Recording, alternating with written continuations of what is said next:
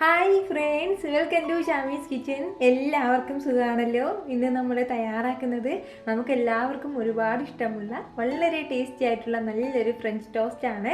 അപ്പോൾ ഇതിൻ്റെ ഡീറ്റെയിൽസ് ഒന്നും മിസ്സാകാതെ ഇരിക്കാൻ വേണ്ടിയിട്ട് എല്ലാവരും ഒന്ന് സ്കിപ്പ് ചെയ്യാതെ കണ്ടേക്കണം. കൂടെ തന്നെ നമ്മുടെ ഈ ഷാമീസ് കിച്ചൻ ചാനൽ ഇതുവരെയും സബ്സ്ക്രൈബ് ചെയ്യാത്തവരുണ്ടെങ്കിൽ, അല്ലെങ്കിൽ ഇത് ആദ്യമായിട്ടാണ് കാണുന്നതെങ്കിൽ പ്ലീസ് ഒന്ന് സബ്സ്ക്രൈബ് ചെയ്തേക്കണേ. ആ തൊട്ടടുത്ത് കാണുന്ന ബെല്ലൈക്കനിലോടുകൂടി ഒന്ന് മറക്കാതെ പ്രസ് ചെയ്തേക്കണം. എന്നാൽ ശരി, നമുക്ക് വേഗം വീഡിയോയിലേക്ക് പോകാം. നമ്മുടെ ഈ ഫ്രഞ്ച് ടോസ്റ്റ് തയ്യാറാക്കി എടുക്കാൻ വേണ്ടിയിട്ട് ഫസ്റ്റ് നമുക്ക് വേണ്ട കാര്യം എന്താണെന്ന് വെച്ചാൽ മുട്ടയാണ്. ഞാനിപ്പോൾ ഒരു 2 മുട്ട എടുത്തിട്ടുണ്ട്. അത് നമുക്കൊരു ബൗളിലേക്ക് ഒന്ന് ചേർത്ത് കൊടുക്കാം. കൂടെ തന്നെ മറ്റൊരു കാര്യം കൂടി പറയുകയാണ്, നമ്മുടെ ഈ റെസിപ്പീസിൻ്റെയൊക്കെ ഷോർട്ടായിട്ടുള്ള വീഡിയോ 1 മിനിറ്റിനുള്ളിൽ തയ്യാറാക്കി എടുത്തിട്ടുള്ള വീഡിയോസും അതുപോലെ തന്നെ കിച്ചൺ ടിപ്സും കിച്ചൺ അക്സസറീസും നിങ്ങളുടെ ഡൗട്ട്സും എല്ലാം 1 മിനിറ്റിലുള്ള ചെറിയ ചെറിയ കുട്ടി വീഡിയോസ് ആക്കിയിട്ട് ഷോർട്ടായിട്ടുള്ളൊരു വീഡിയോ കൂടി ചെയ്യുന്നുണ്ട്. അത് ഷമീസ് ഷോർട്സ് എന്നുള്ള ചാനലിലാണ് നമ്മൾ പോസ്റ്റ് ചെയ്യുന്നത്. അപ്പോൾ അതിൻ്റെ ലിങ്ക് വന്നിട്ട് ഞാൻ ഡിസ്ക്രിപ്ഷൻ ബോക്സിലും അതുപോലെ തന്നെ പിൻഡ് കമൻ്റായിട്ടും കൊടുത്തിട്ടുണ്ട്. എല്ലാവരും ഒന്ന് ക്ലിക്ക് ചെയ്ത് നോക്കി എല്ലാവരും ഒന്ന് സബ്സ്ക്രൈബ് ചെയ്ത് സപ്പോർട്ട് ചെയ്യണം. നിങ്ങൾക്ക് ഇഷ്ടപ്പെടുന്ന യൂസ്ഫുൾ ആയിട്ടുള്ള വീഡിയോസ് ആയിരിക്കും അതിലുണ്ടാകുന്നത്. അപ്പോൾ അതിൻ്റെ ലിങ്കിൽ ക്ലിക്ക് ചെയ്യാൻ ആരും മറക്കരുത് കേട്ടോ. മുട്ട നന്നായിട്ടൊന്ന് ബീറ്റ് ചെയ്ത് കഴിഞ്ഞാൽ പിന്നെ ഇനി നമുക്ക് ഇതിലേക്ക് വേണ്ടതാണ് ഒരല്പം മാത്രം കറുവാപ്പട്ട പൊടിച്ചതാണ്. അപ്പോൾ ഈ സിന്നമൺ പൗഡർ ചേർക്കുമ്പോഴത്തേക്കും നല്ലൊരു ഫ്ലേവർ കിട്ടും, അതിന് വേണ്ടിയിട്ടാണ്. കൂടെ തന്നെ പിന്നെ ഇനി വേണ്ടതാണ് ഒരു 1/2 ടീസ്പൂൺ അളവിൽ വാനില എസൻസും കൂടി.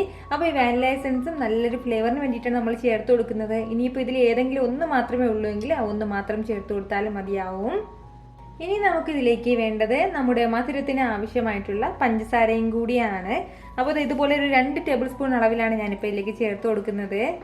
ഇത്രയും ആയിക്കഴിഞ്ഞാൽ പിന്നെ ഇനി ഇതിലേക്ക് വേണ്ടത് ഒരു 1/4 കപ്പ് അളവിൽ പാലും കൂടിയാണ്. അപ്പോൾ ആ പാലും ചേർത്ത് കൊടുക്കാം.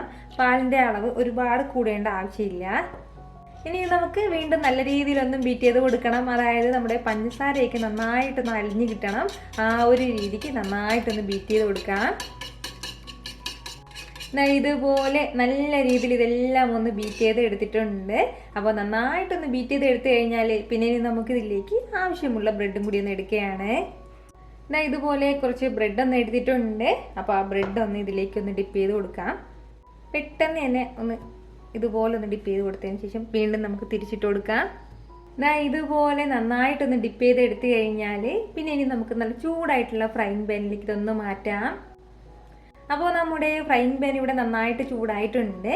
ഇതിലേക്ക് നമുക്ക് ആവശ്യമുള്ള ബട്ടർ ഒന്ന് പുരട്ടി കൊടുക്കാം. എപ്പോഴും നമ്മുടെ ഫ്രഞ്ച് ടോസ്റ്റ് തയ്യാറാക്കേണ്ടത് ബട്ടറിലാണ്. ബട്ടറിൽ തയ്യാറാക്കുമ്പോൾ മാത്രമാണ് ആ പെർഫെക്റ്റ് ടേസ്റ്റ് നമുക്ക് കിട്ടുന്നത്.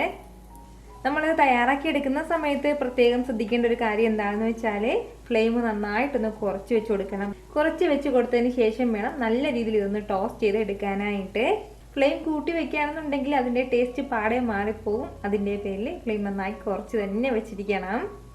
ഏകദേശം 1 മിനിറ്റ് കഴിയുമ്പോഴത്തേക്കും പിന്നെ നമുക്ക് തിരിച്ചിട്ട് കൊടുക്കാം. ഒരുപാട് സമയം നമ്മളിത് ഇങ്ങനെ വെച്ചിരിക്കാൻ പാടില്ല. ഈ ഒരു സോഫ്റ്റോട് കൂടി തന്നെ നമ്മളിതൊന്ന് തിരിച്ചിട്ട് കൊടുത്തേക്കണം.